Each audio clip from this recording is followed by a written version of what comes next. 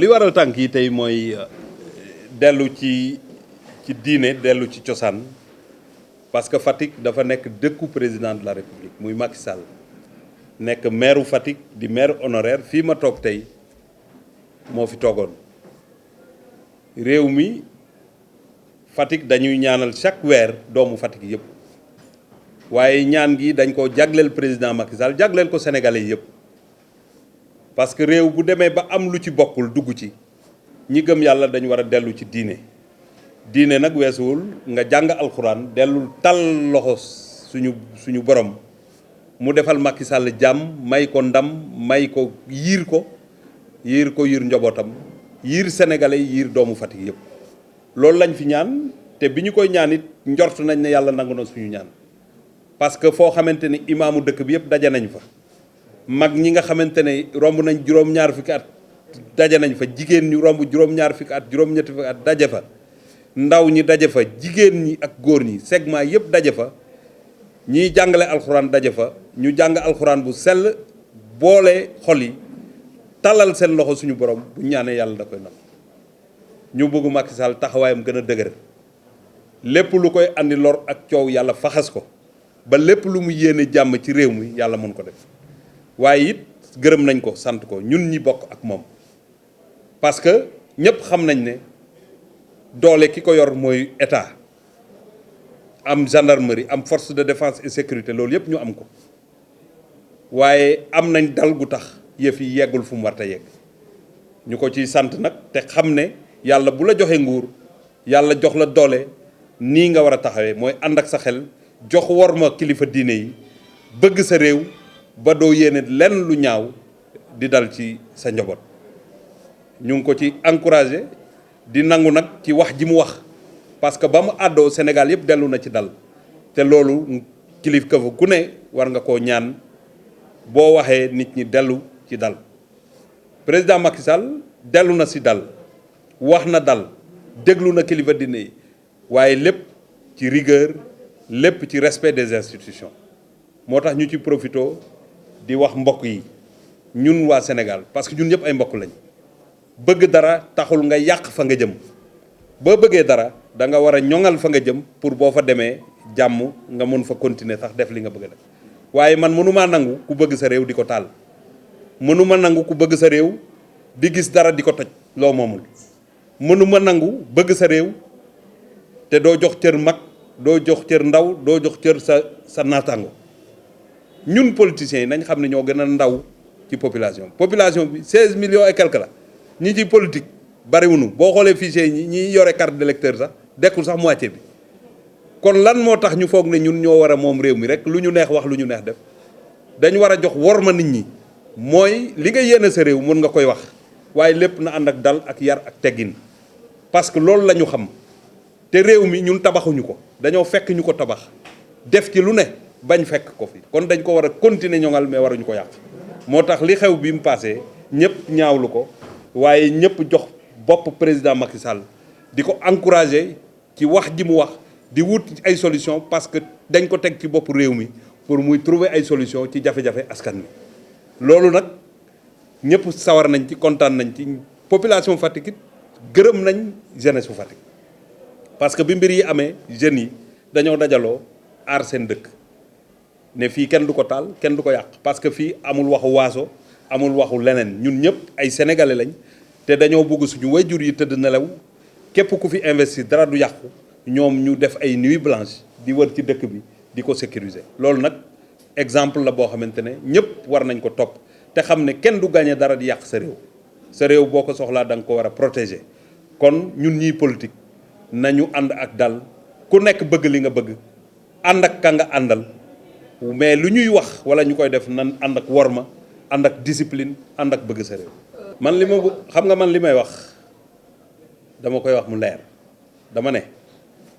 dañoo toog at boo xamante ne nit ñi liggéeyatuñu nit ñi foowuñu nit ñi demuñu ci seeni activité tax na mu am lu nit ñi téye ci seen xol yi gis nañ ko fi ci couvre-feu bi ñuy manifester loolu nawuloon mbiri politique waaye lii am bi passé même bu dul mbiri politique ay politique a ko jiite te ci mbir moo xamante ne ci ñaari nit la yoo xamante ne seen mbiru bopp la waaye politique yi rax nañ ci ba gàddu affaire yi uuf ko ñii di xam ba loolu laa ne képp kuy politique bëgg sa réew war nga am gàccee di def lu mel noonu parce que réew bu ñu ko taaloon ñun ñi fi ne tey duñ ko fekkee kon li ñu fi fekk tey bay soxla dara c'est parce que dañoo fekk ñu fi jiitu bañ a taal te di xëccoo nag waaye bañ a waxante lu ñaaw loolu laa wax ma ne loolu ci kanam la jëm nit ñi dañu war a continuer di waxante jàmm joxante cër. C'est une invite que je fais à la classe politique qui est minoritaire dans ce pays. Le président de la République li tax ñu sant ko mooy mu ngi def politique waaye li muy doon président de la République yëpp ba Sénégal jaxee posture président de la République la yor ak force de défense de sécurité yi ñu leen di sant bañ a topp les provocations ba pare wax ak nit ñi ñu dal dellu si kon ñun ñi nga xamante ne dañuy politique parce que ci laa bokk ku nekk na bëgg li mu bëgg te xam ne yàllay joxe. te ñu bañ a saagante bañ a yàq réew mi. nga ku ñu gësam mooy ki toog ñun bañ ñu falee ba léegi dañuy kurkuri pour trouver solution yow ñi doon nelaw nag nga ne yeewu nañ opposition nag jàpp ma ne daa war a nelaw opposition daa war di alerter di wax li mu nar di bëgg-bëggam waaye loolu yëpp bu ñu koy def waxuma Ousmane Sonko rek parce que du Ousmane Sonko rek ay politique ci réew mi du moom rek ay wax même ku politique Ousmane Sonko sonalul kenn Ousmane Sonko problème am lay régler. mais du ñun lay sonal ñun li ñu war a sonal warul nekk biiri politique mooy askan wi li leen soxal moo ñu war a sonal du tere ku nekk yaa ngi sa base di politique gis nga Fatick tey li nga fi gis ci mobilisation su politique jotee ku ne day dem sa base dajale nit ñi wax ak ñoom bu ñu la joxee confiance nga jiitu bu ñu la joxul confiance nga dem topp ci ki ñu jox confiance loolu mooy politique. Donc limiter les choses sur Ousmane Sonko moi je le ferai pas moi je parle à la classe politique te ñun ci lañ bokk ñun ñi nekk ci pouvoir bi ci classe politique bi lañ bokk man nekkuma fi di séparer les deux ceux qui ont des responsabilités aux côtés du chef de l'État la coalition la majorité présidentielle seen liggéey li mu war a doon mooy joxante loxo gunge président ci fulla ak fayda ba lépp luy jafe-jafe réew mi ñu ànd ci saafara loolu mooy suñu liggéey du nekk di saaganteeg opposition moo tax ma ne ñun ñii politique nañ jox worma sénégalais yi ba lépp lu ñu bëgg ku nekk am na sañ-sañ am bëgg-bëgg waaye lépp mën nañ ko def ci fulla ak fayda ak yar ak protéger suñu réew protéger nos institutions que les gens arrêtent de nous parler de cette justice suñu justice bi kum neex nga ne am na lu ci ne waaye moom moo fi ne fii ñu toll nii boo ma mbéjoon léegi ñu dem ci procureur te pourtant ñu mel ni man ñooy taxaw fii naan justice bi doxul te kuñ tooñ sa xel yépp lu muy dem mooy dem justice ba pare ne justice bi doxul waaw nañ ko defar bu ñu ko waree defar waaye nañ ko jàpp ni mu mel nii pour sauver suñu bopp parce que kenn mënta àtte sa bopp. Les politiciens doivent éviter cette manipulation malheureuse parce que c'est un danger pour ce pays. Président kenn du ko ne dàqal parce que président buy tànn kenn du ko ne tànnal président lañ gunge. man du ma wax lu mu war a dàq dama wax li ñu war a def ñun dama ne président de la république képp ku koy gunge nga yor ndomb tànk wala nga ñàkk koo yor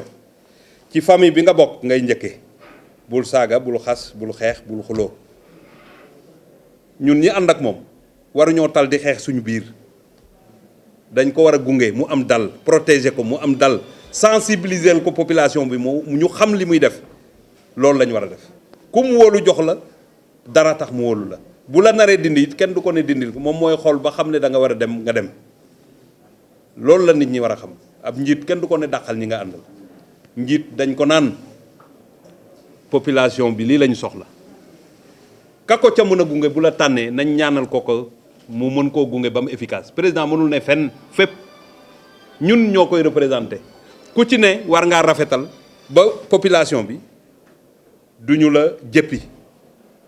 tey li nga fi gis joxuñ kenn convocation takkuñu rajo mais ñëpp a yëg ne